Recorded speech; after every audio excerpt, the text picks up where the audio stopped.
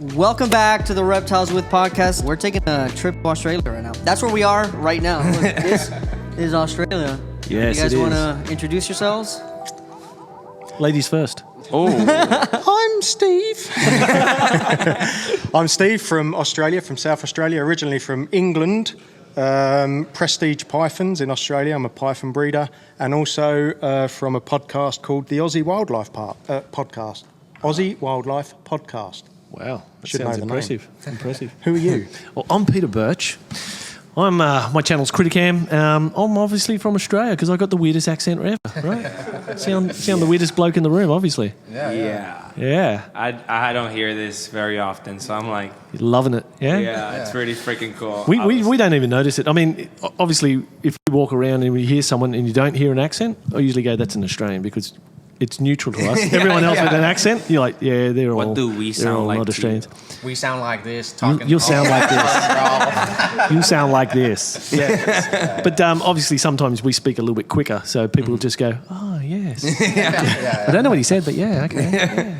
Yeah. I do that. Yeah. These guys love Australia. Yeah. It's like their favorite place in the world. Yeah, so I always tell my wife or just people, I'm like, if I can like die and be born again, I want to be born in Australia. Yeah. I mean, it would be a lot easier if you just moved there. You don't have. You don't. This you is don't need to die. true You can actually story. buy a You don't ticket. have to Oh, die. yeah? You can buy a ticket and just jump on a Yeah. plane. Yeah, when my wife and I were getting married, the whole idea was let's take a trip to Australia, and then the Nice. pandemic happened. Oh, of course, yeah. Damn. Old mate pandemic. COVID. Yeah, Screwed us all. Never happened. Yeah. It never happened. I heard about it, but Nothing changed in South Australia. Australia didn't really matter to us. Australia didn't We're change at hard all. bastards. Really? No, joke. Oh, I'm like. We closed down the longest, I think. Well, We're still closed. Melbourne in Australia, they Oh, it was closed down notorious, for yeah, so long. notorious. That was bad. So talk to me about Australian reptile keeping. You guys can only have what is there. Is there certain is there any like specific laws that keep you guys from doing certain geesh. things? Each state is different with their laws, so we all need all of our animals. We can only keep Australian animals, and all of them are protected. And then there's like South Australia. I'll speak for you know more about everyone else, but South Australia, we have like an exempt animal that you can keep, bearded dragons, eastern blue tongues, that you don't need a license for. Ooh. And then you get basic animals, which is all your antares, your children's pythons, all your Morelia, or most of your Morelia. And then you've got specialist keeping, which python-wise is green tree python, because they're a bit more difficult to keep. Scrub pythons, because they kill people. Pygmy pythons, because they... I don't really know. I mean, just because they hatch as 4 grams, They kill people and they're too, pygmy just pythons. And then obviously Oenpelli pythons, just because they're brand new to the hobby, and when a new animal comes on our list in South Australia, it has to go into the upper class of animals straight away until they work out if they're easy to keep, easy to breed, and stuff like that. So, blackhead womas are on basic. So they've been around for so long. They're not, there's certain pockets in the wild. All of this comes into our licensing system. If they're really rare in the wild in our state, then they might be on a more specialist. But things like all the carpets and that, they're all basic. Okay. Blackheads womas are basic. There's womas in Western Australia, I think, and population in New There's South a population Wales, in New South Wales. Yeah, sort of towards Cameron Corner. Yeah, very lacking in numbers for sure. That is very cool. Very cool. But yeah, so South Australia's probably the best state in Australia for keeping, because we can pretty much keep anything. Crocodiles even. Even crocodiles.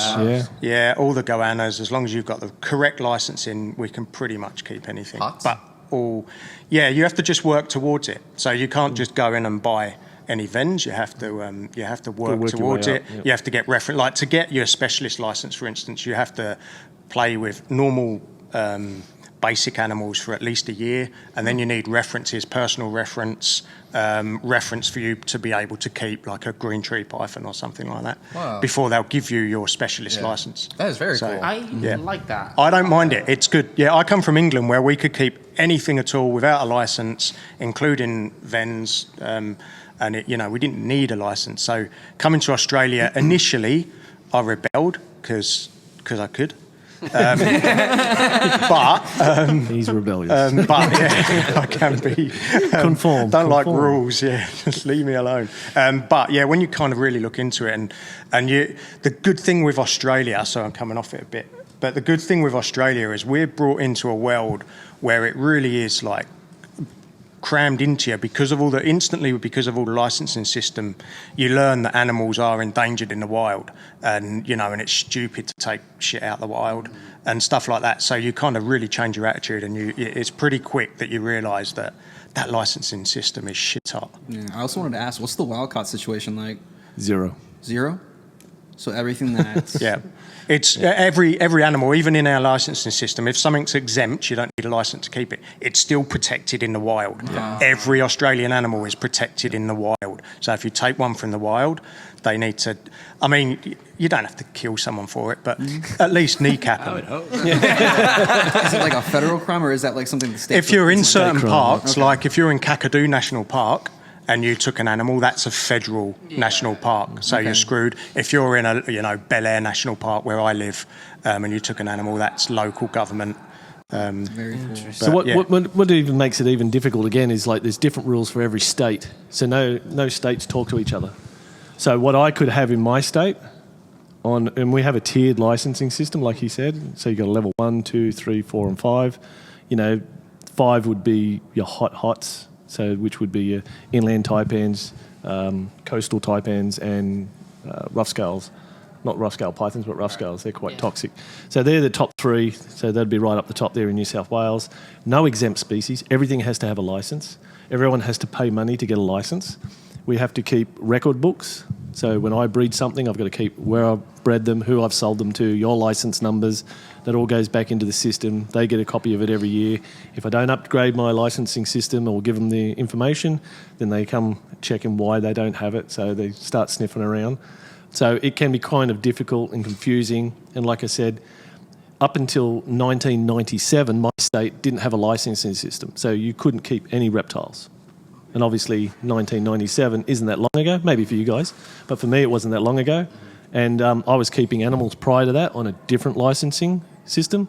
So it was very archaic. You'd have people knock on your door, you'd have like police officers coming in and doing like a raid. It's almost like a drug raid, but they're looking for reptiles, So it was really weird back in the early days. Luckily, because the drugs that were there... Lucky me. But it all changes and it's all different. And it's like every state doesn't talk to each other. If I wanted to sell Steve a snake, I could sell him a snake. He would have to give me his license details. I apply for an export permit. That costs $30. He applies for an import permit. Cost him nothing. But the authorities know that in each state that something's going across the border.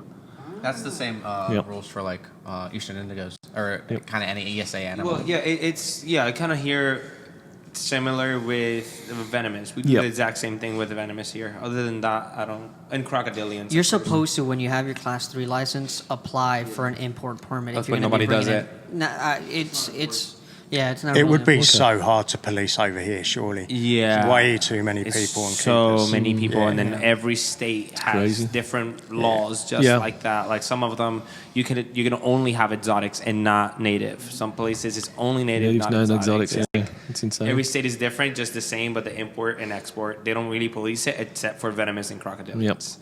Or protected. Well, that's the Or same. protected species. Yeah, it's very similar to us. And like with venomous or hots, you have to start off at the first level.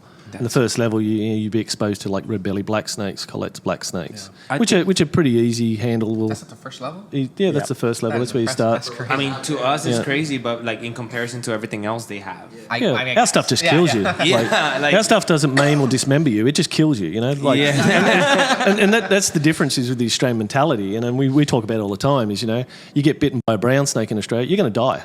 If you don't get medical attention, you die. And you're not even- like you're worried about your finger rotting off or your arm blowing up or you But even worse than crapping that, blood. with like the die. red belly, which we have to start with, is our base level ven. Like if that bites you, there's a good chance you're not going to taste anything for the rest of your life. You're going to just taste copper. Everything you put in your mouth is going to be copper. And you're like, a little bit fucking kill me now. localized necrotic. Bite me again. Yeah, just I like give me the a copper. taipan. There's, It's just crazy. Here, like in Deep South or in Appalachia area, a lot of people are very concerned about the copperheads, the timbers. It's like, did you know there is a newt that if you touch it or like put it in your mouth, it's just as bad. Like you will go blind. And how did someone find that out? I mean, how many newts does it take to go blind? Probably just kids, little kids, just being like, "Oh, cool little salmon," and then sticking stuff. Well, that's in their all mouth. right. Hey, well, I ain't got a bag, I ain't got a pocket, man. Yeah. What could go wrong?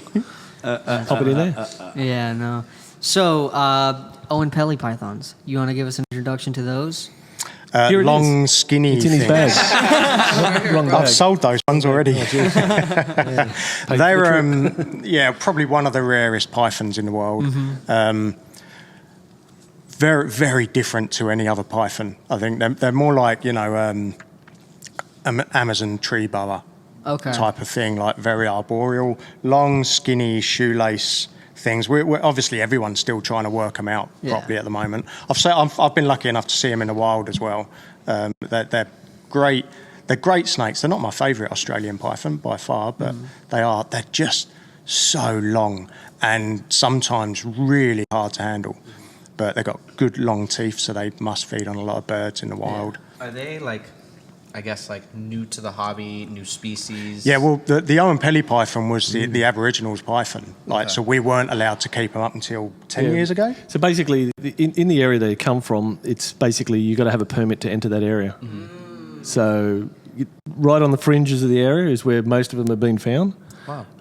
In these little isolated you can't pockets cross of over national parks, they are. Yeah. But to go right into the full area, you need special permits to go into those areas. So historically, they've been very difficult to locate because they're in the deep areas. Right. But everyone's looking in certain areas, but everyone seems to be finding them in completely different environments because everyone's looking in the wrong spots. Yeah. So when you look in the wrong spot, you ain't going to find it. Right. So historically, that's been the issues. Yeah, but now they kind of like there's tourist places, Nurlangi Rock and places like that where you can go and see them. That's where I've seen a couple. So they are out there. They're pretty magnificent. They've got huge colour changes. Like one day you'll look at them and they'll just be bland and brown, like a children's python. Ugly. Thanks. Sorry, Pete. That's a person. That's an attack. But then other times you get yellows and really pretty silvers and that out. Like they're just stunning sometimes. Awesome. They're pretty strange snakes, like no other. I've kept every python in the world, and they're like no other python. So they also have a night and daytime sort of colour change. Like it's I don't know if you hungry guys know and about that as well. Like the it's rough-scaled food as pythons well. and stuff. Yeah. So rough-scaled pythons have similar sort of daytime, nighttime. They go like a silvery colour at night. These guys do something similar to that. I mean, some of the children's python species, that's right, children's python, do the same sort of thing, go through that silvery things. But they're usually all in that area. It's all in that top area. Where they come from, like Nurlangi Rock and around those escarpments, there's also like the escarpment children's python. Yeah, and if you see those, they are, I mean, to me, they're a spitting image they're a of mini an Oenpelli. Oenpelli, but they're just obviously a lot smaller, but nasty. they really look the same. So it's kind of like a convergent evolution thing that these two species actually look the same. That is so cool. Although convergent evolution's kind of here in South America, isn't it? But It anyway, could be in the same area. it can be in the same area. Close, Yeah, there you go. close. Yeah. Just two animals that look similar, but are not really. So you've got the smallest python and the largest Australian mimicking it, python. Because I think that the Oenpellis probably would be the longest python in Australia as well. Over King I reckon Horny. they'll be longer than King Horny. That's crazy. Yeah. Not as big. Right. They won't be the biggest. Okay. I reckon they'll be able to get That the is so longest. cool. Yeah. Yeah, they're ridiculously long. What genus? Yeah, what genus are they? Because I saw on Google they're Morelia, and then I saw Shall I something say else. it? Do I say it? We all thought they were Morelia, right? But Nyctophilopython. no, they're not. Nyctophilopython is what they are. Are they by themselves? Nyctophilopython oenpelliensis. So Nyctophilopython means night-loving python, like every python. I mean, I might refer to their color. That's interesting, though. No, that's it. It's on its own in that same as That's a really cool. Papuan olive python or Papuan python is its own. I mean, for years and years and years, they've been bundled into the Morelia, right? So Yeah. they've just been chucked And then in they because went they're to sort of Somalia. similar but different, but then they changed again to Somalia because, once again, very similar to the scrubs and stuff. But then they They're came back and different, went, no, right? they're not. They're completely It different. was Gavin Bedford tried to get them named, and I think, or someone else tried to get them named as Nararan. Yeah, which so is Nararan their- is the native the indigenous native name, for name. them. And they tried to get that Narrowan Oenpelliensis, but it was thrown out by Had to be science. pulled back because the other name already stood. It was already put in place like 20, 30 years ago. So it's just one of those things. It's taxonomy at its best. Yeah. Whatever that is. But Nyctophila python, night-loving python, to me is a bit like, It's a bit weird. come on, that should Narrowan be would all have suited the animal, pythons. Yeah. Interesting. Do you guys have any experience with crocodiles over there? Have you seen them? Me, not so much. Pete would have used to keep stuff like that. I've seen one or two, yeah. Oh, I've seen loads of them. Where the Oenpellis are, there's a place up there, Northern Territory, called Cahill's Crossing, which is, you'll have seen it where the tide comes in and you can't cross over, All and the there's fish all crocs there. swim up the river and the crocs are just sitting there with their mouths some open. monsters. Then you get all the tourists walking I've across stood the there same at sort of night and roadway. seen 38 sets of big eyes like in the water just looking there, and you're like, It doesn't stop people wading up to their waist Serious. fishing. Yeah, fishing. Oh, wow. That's the dream right there. Yeah. Easy to see. I mean, salties, if you go to Northern Territory and go over to Kakadu, you'll see easy, man. crocs. How about Yeah. freshies? Freshies, there's a couple of good populations there. Where's the place There's a couple of places got all the where they- water pythons as well? Oh, Fog Dam. Fog Fog Dam, Dam's full of then them. you'll see Yeah. freshies there.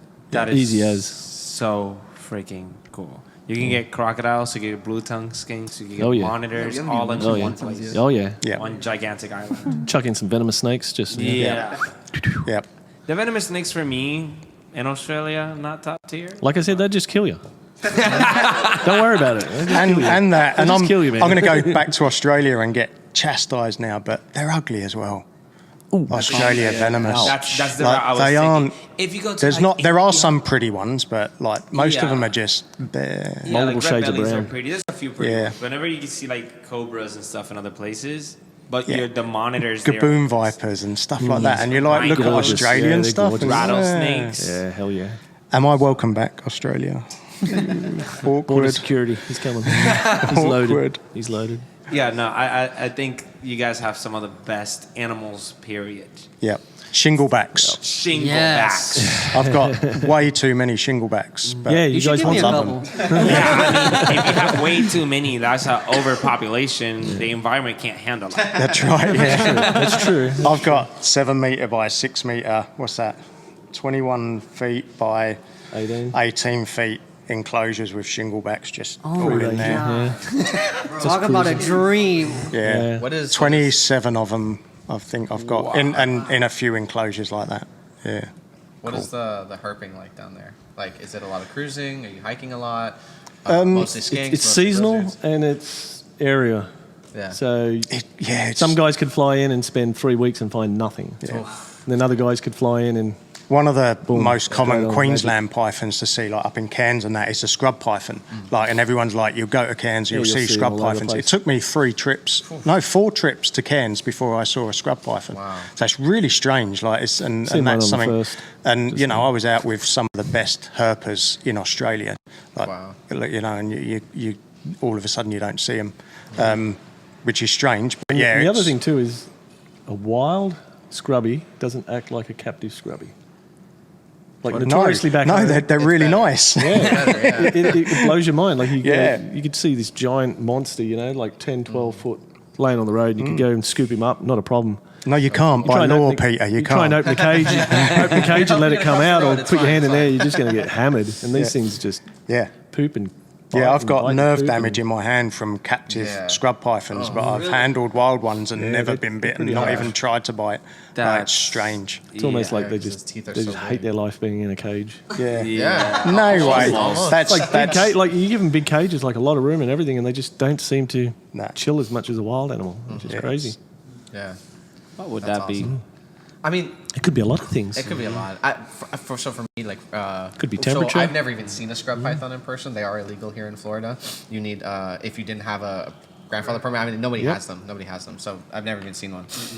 But the same thing is true for berms and for retics, anacondas. Yep. You know, for those larger bodied snakes. But in the sense of like for retics and anacondas, I mean, those snakes are huge, but what they're doing in the wild is they're climbing up trees or they're in aquatic settings, and so they can get to that size. Yep. When you have a snake that large in even, let's say you have a 10-foot long enclosure, it's still not enough for that No, animal. The that's animal right. can't stretch out fully, you know, and then On top of that, that animal cannot really handle its own weight if it's being fed regularly, if it's being fed to breed. You know, it's like, it's crazy. I get it. Unfortunately, I would love to see a scrub in person. That would be fantastic. I'd have to leave Florida for a second and try to find one. But I get it for real. You seen the kangaroo that's in there? I did see the kangaroo. That's what they eat. You get like a 12-foot scrub in, it would suck that down, not a problem. So crazy.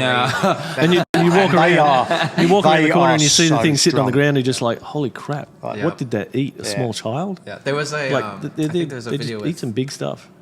What's his name? Dan Maliri. He does a lot of trips to Southeast Asia, and he did a video where he cruised up on a... Yep. I don't know if it was King Horneye. It was probably not King Horneye, but it was a huge scrub that scanned across the whole road, and he got up and he like kind of put it across. I was like, oh my God. Yeah. That's insane. I can't It believe was so insane. nice. Yeah. Not a problem. Is there any invasive reptiles in Australia that you know of? Well, Not in the wild. I mean, there's been a area-wise, couple instances where they've found iguanas, like near Rockhampton, say far north Queensland. People have gone down canoeing and went, oh, that doesn't look right. That doesn't look Australian. They've taken pictures, canoed back, and then the authorities like, that's freaking, where the hell was that? You know, let's go get this thing. There's and they'll go colonies and of catch corns. them. And then they'll bring them back, and corn snakes will pop up. There's in a couple of area. colonies of corn snakes in Jackson's New South chameleons Wales. and there's a couple of and there was things, like the funniest story I saw, and this was all over the news and in the papers, and that is a couple of cops were called out to a snake, and they've got the snake, let it go, done all their pictures for the press and everything. It was a boa constrictor. They let back. So now let it go again back into the wild. This is like 9 months later, they're still looking. But the only damage something like that can do is obviously it'll eat a bit of maybe the native wildlife, couple of cats. Which would be good. It could do. Hopefully, it's not got a disease, so it's going to just live out its life and die. Really, in Australia, a boa, it's not going to come across something else that's going to allow it to have live-bearing babies. No, they're not going to really interbreed or compete. But yeah, it's really instances. disease controlling that. But yeah, corn snakes are. That's probably the biggest That's risk. So weird to think about. Crazy, An yeah. invasive population of corns. This last year, I'm from Puerto Rico, and there the invasive they have is the reticulated python. And it's in a tiny little island. So now I'm like, what is out there? What else? So Australia now with corn snakes is crazy. And that's because people have kept them as pets, right? Illegal pets. And a fear of being caught. What do? They just let them go. Rather than chuck them in the freezer, I guess, is the best response. If you shouldn't have it, just get rid of it. But they just dump them in the bush, and then, some areas of Sydney, they'll survive. Other areas, when winter comes through, it's just going to kill them. You know? But corns are probably perfect for... Corns are probably the only one that really can would cope with survive the most. Is that stuff like things that have been like generally like smuggled, or stuff that's just been there because like they were there before like certain laws were passed? So like there's some generations. Yeah, a bit of smuggling, but a lot of stuff in the older days was just going straight out the back door of a lot of fauna parks and zoos. So, something breeds. You got your zookeepers, they're dropping it in garbage bags, take the garbage out, literally. Yeah. Animals end up out there. I mean, things like alligators end up in the general community occasionally. They find them. And that's because they can only come from a couple of places that breed them, So. And even like Australian species, like in South Australia, we don't have water dragons. But there's a colony around like Torrens River in the city, pretty much where Adelaide Zoo is. Not going to read into that at all. But they've been there for ages, and there's a large colony of them around there, But do they treat that like those animals that aren't supposed to be in certain parts of Australia? Do they treat that like invasive species? Not if it's an Australian species. No, they don't tend to. It's like we now have like bats, fruit bats in South Australia, which came over from New South Wales. You're welcome. Years ago. They brought their diseases with them as well. Which You're welcome. Awesome. But they're kind of an invasive sort of, but. I think now we count them as South Australian fruit bats. Yeah, they're specialised now, yeah. But I guess the most notorious one out of all of it is the cane toad, right? Oh, of course. So the cane toad's the biggest thing for us, and that we use that for every example of anything that can go wrong, But we don't have cane beetles. Yeah. Cane beetles, we nailed the cane beetles, but the cane toad, we just can't hit that. And they tend to be, they've sort of gone all across the top end now, and they're starting to march down the south. Wow. So, I live about an hour and a half north of Sydney, and there's an area that's probably only about 30 minutes away where they're actually finding a regular supply of cane toads. It's not like the one or two they're actually finding. We'll probably never get them in South Australia because we've got such a dry desert kind of to cut it all off that wouldn't let them pass. Yeah, I'm from Miami, so we get a lot of cane toads, and I am terrified of them. Yeah. Yeah. They get big. Yeah. People don't realize how big these things get. Yeah. They get big. When I would build ponds, I'd build these ponds on top of cinder blocks. And, when I'm, digging around at things or having to move things around, and then, you're right next to a cinder block and there's just a cane toad the size of this cinder block. Not fun. And the other thing too, I guess, is it changes everything in the way you keep. So like the way I keep things at home, like in aviaries and stuff like that, and then you go up north where these other guys keep stuff in aviaries, the aviaries are designed differently because they don't want any cane toads or metamorphs getting into the enclosures, in the water bowls or anything, because all your monitors are dead. Yep. It doesn't matter how big and strong your animals are, a little thing like this is going to kill your lizard. Boom. Speaking of breeding monitor lizards, there's a particular species. It's probably like the rarest in the industry. It's not outside of Australia at all, but I haven't heard of anyone breeding. I want to say they're not the night monitors, but like the black palmed monitor lizard. Oh, Glebopalma? Glebopalma. Yeah, Glebopalma. Is anybody working with those down there? Or? I'm not really in that monitor scene, so I don't There's really a couple know. of There guys are with people them. that are working with them, yeah. But like saying that, there would be very low numbers, and the guys that would have them would pay through the nose to get them. Right. And whether or not they're breeding them, that would come down to, trying to learn more about where they come from, what they're surviving in the wild. That's what I find is successful for me when I work with the monitors, is, we all look at preconceptions of things that work.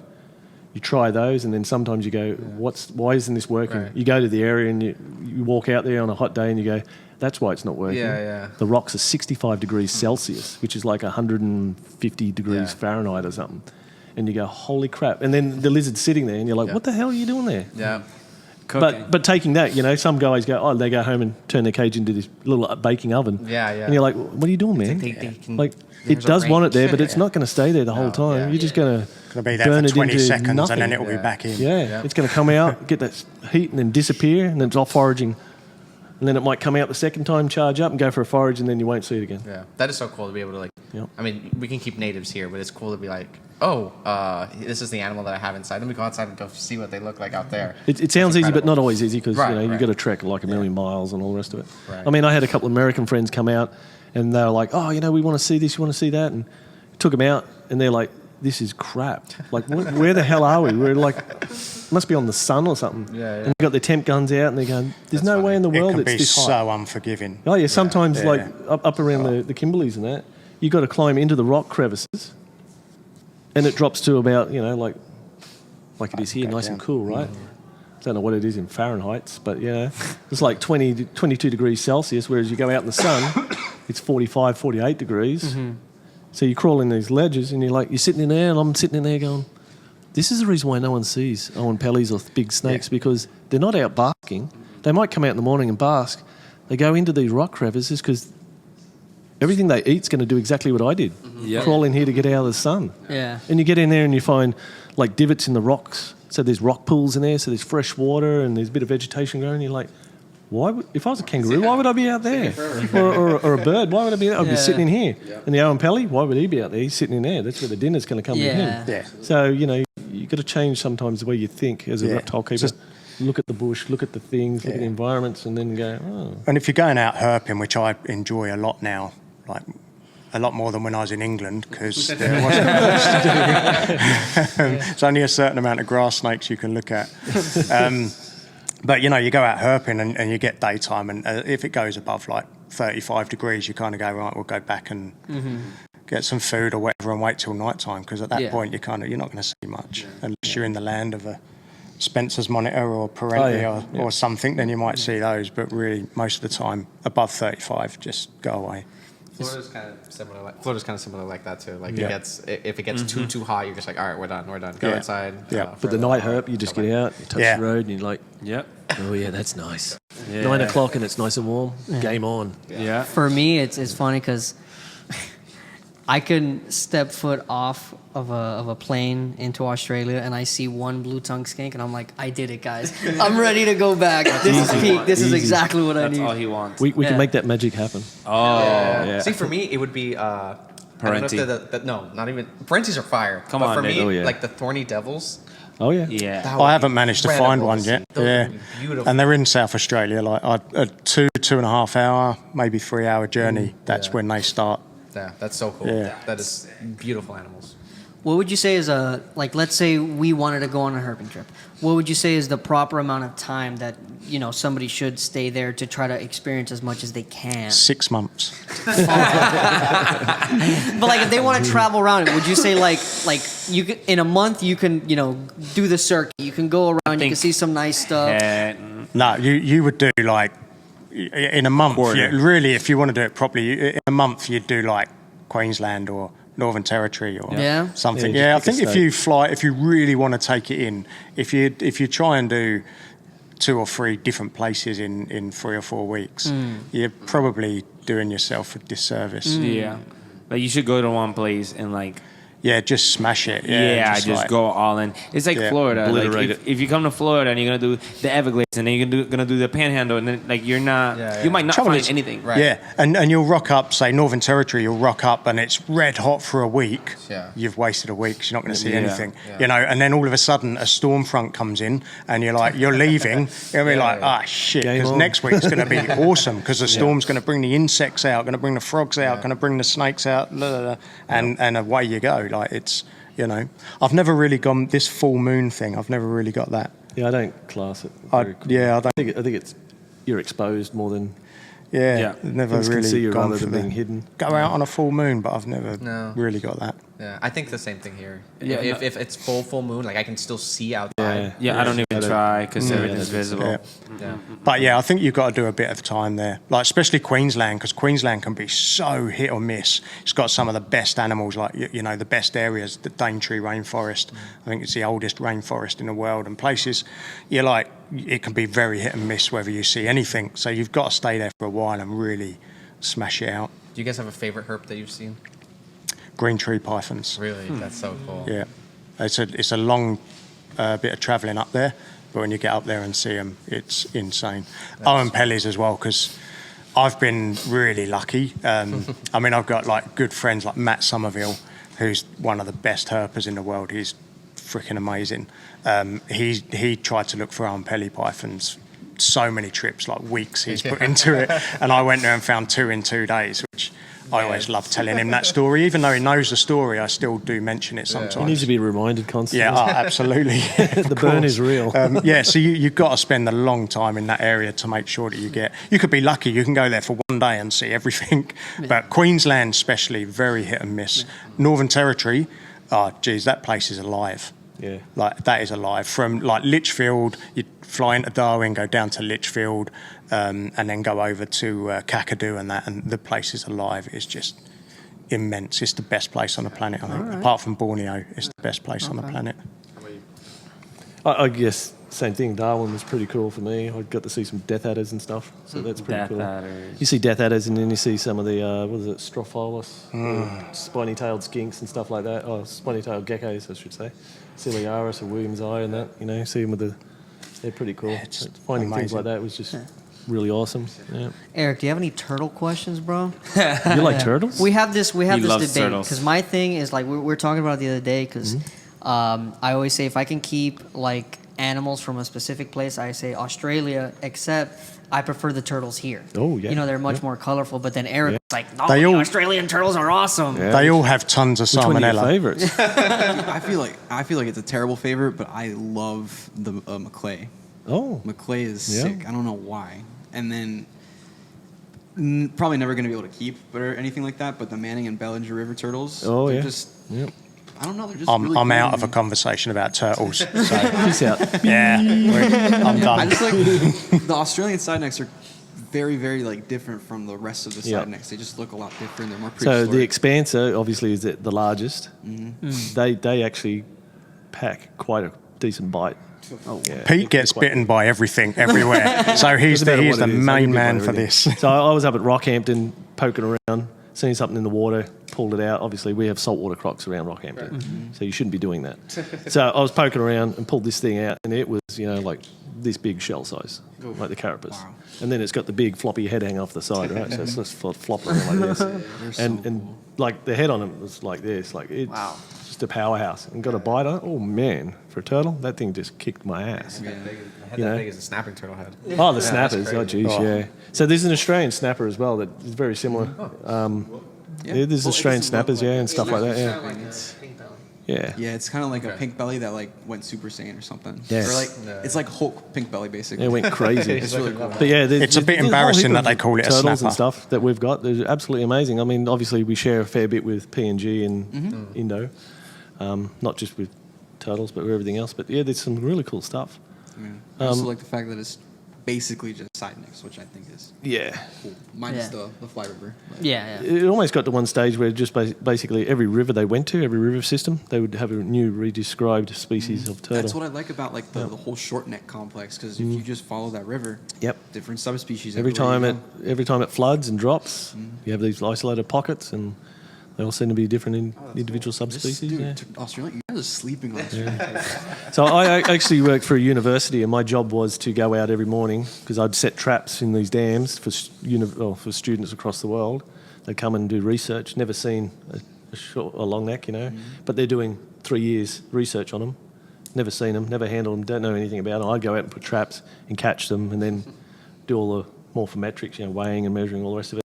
And in this little dam, which is just like a pocket of water, right, that they use for farm or pastoral land, you'd have 150 turtles in this one little pocket, and you're like, what the hell are these guys eating?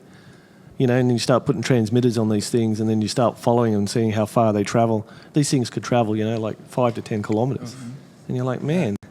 There's a lot more to them than what you see. It looks like just because they're not pretty. Yeah, that's right. I mean, in Australia we call them meat pies because they're crusty on the outside and soft and juicy on the inside, like a meat pie, right? You guys were talking about how ugly like the venomous stuff is over there. Yeah. It's kind of the same thing with the turtles, but they're so much cooler. Yeah. But they come with their own plate.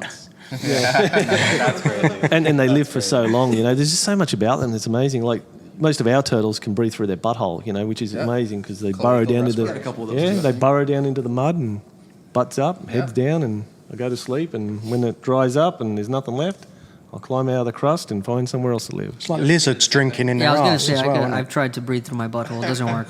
Doesn't work? It doesn't work. Haven't held your breath long enough. Gotta wait for that gas exchange to switch over. All right, I have a selfish question. Yeah. All right, blue tongues. Yep. So, don't do that to me. So, Easterns, Westerns, Shingleback, and the blotched. Yeah. Those are not bred readily in captivity here in the States. Do you think that there's something that the breeders are doing incorrectly? Now, I think for the amount that you've got here, from what I see as an outsider, the amount that you've got here, I think you are probably breeding enough. It's just the numbers have got to get there so that exponentially you start seeing more of them. Because they're not like a shingleback, like 1 to, if you're really lucky, 3 babies at a time. Yeah. You're not going to flood a market with shinglebacks for about 100 years in America, and it's kind of the same with a lot of the blue tongues. They're here, and people have good big litters with Easterns and blotches and that, but I just think you've got a huge population. It's going to take you so many years before you can sit there and actually go, these are readily available. Yeah. Like, The demand is probably too high for the supply that we have. Hence their price over here. Shinglebacks in Australia are $300. Don't say that. And it's over. Don't say that. Eastern blue tongues are $35 to $50 each a lot of the time. Wow. Like, I mean, I look they're at guys like you got Ron Kudo, who does very well. You got Ray Gergie. I don't know if he's still around, but he is wrong. He's like, when someone says he's got 1,500 adult blue tongues, I've been to his house. He has 1,500 adult blue tongues. That's wild. This guy is next level. Like, I've got to see his cool stuff, And then you look at guys like TJ Houston, who sort of stood back from the hobby, but he was breeding Easterns, and he bred a lot of really pure blood stuff. So, saying that and bringing it all back into context versus the numbers that are out there, things like Easterns, not a problem. I think you guys are doing great at that. It's just that the pure bloodline stuff has probably been difficult to establish. Yeah. The guys that are breeding the eye-banded stuff, because that's what you guys call them, as eye-bands, the guys that are breeding eye-banded stuff, they're doing well because the Easterns are good. They're pretty rock solid, right? Now, blotchies is very different again. So having the conversation with old Ray Gergie, because he managed to breed blotchies a couple of times in the old days, and I think he was doing breed loans with a couple other guys. And I think you need to really freeze those things. So they need to be super cold. Yeah. You know, Yeah, that's the only certainly way those that they'll Alpine sort of ones, click into it, the they come Alpines, from Yeah. Well, most of the freezing stuff they weather. have used the Alpines. I haven't seen the like the Victoria. They're the only stuff. ones that They have I've the got at little home. black My stuff. blotches are the only lizards that I have at home because I keep all my lizards outside. Yep. Yeah. They're the only ones that I have no concern over. Like no It doesn't matter matter how what the bad weather the is, temp- it could be they're not red gonna- hot, nothing they'll wrong be with fine. Yeah. It could be freezing cold and soaking wet, which is something you never mix is wet and cold Yeah. normally with reptiles. That's blotches, that's easy, man. I reckon you could stick ice in there and they'll be fine. I mean, and the areas literally they come do from, this it in ice. snows. Yeah, It snows where they come so, from. So, you know, yeah. blotches are the ones that you just don't worry about. You put them out there and you go, yeah, that'll be cool. Yeah. Okay, Wow. I have a question now. Yeah, man. If it's not blue tongue related, It I is- don't it want to is hear blue tongue. Okay. It But, is but blue saying tongue. that Centralians and Westerns, Yes. I think it just comes down to a numbers game again because Yeah. you know you need to have the established animals. Yeah. I've seen a lot of animals here, but a lot of them are being older, Gotcha. not as. And if it's young something as you robust really animals. want, don't be concerned about the price. Like, get in there quick. You just got to do it. Like, I just think. do it because the price doesn't matter, especially with shinglebacks and that. Like, shinglebacks are so awesome, so I mean, you'll rewarding never to get rid of keep. them. They're freaking amazing. You will have them for life. Yeah, I just switched a lot of my setups to what Heather and Ron do. Yeah. So everything went from a rack. Now everything's outdoors. I was literally gonna go there. Yeah, I got. I think that'll be a huge win for Yeah. so many different Hold on. reasons. Number one, You were the first dietary. one who was going to ask this question. No, I'm so sorry. No, you're getting there. Yeah, You're getting there because so- I was gonna ask if you would do that if you lived in Florida. Most of my stuff lives outside. Yeah. So for me, last year I came and went and actually seen Ron Yeah. in Heather's Or- place. Yeah. For the specific reason was because they're keeping albino blue tongues outside. Yeah. So in Australia, they've done it, not the way I would do it. People have done it and had mixed results. You know, the animals are almost bleached. The animals end up with cataracts in their eyes, Yep. so they're blind. Yep. You end up with all these other different health issues. That's any albino animal's going to end up blind. But out. then when I went That's to all. Ron and Heather's and I said to Ron, I was having a conversation with him. I said, I'm here specifically for this reason. I said, I'm interested in how you keep them. And as soon as he showed me, I went, that's how I would keep them. If I was keeping my albinos Yeah. outside. I keep my hypers, so I keep my black Yeah. blue tongues outside. But there again, that's another level of problems. Yeah, Have you seen heaps of because things. a lot of what I've seen one time when I was over there, I think they posted a picture of it, but like what they'll do is they hide their face when Yes. they're basking. That's exactly what they Yeah. do. And all mine do the same. So Yep. I've got albinos outside now because Yeah. of what I've seen it and did exactly what I thought was going to happen. Yeah. You see them bask. Head's always in the shade or Yep. hidden.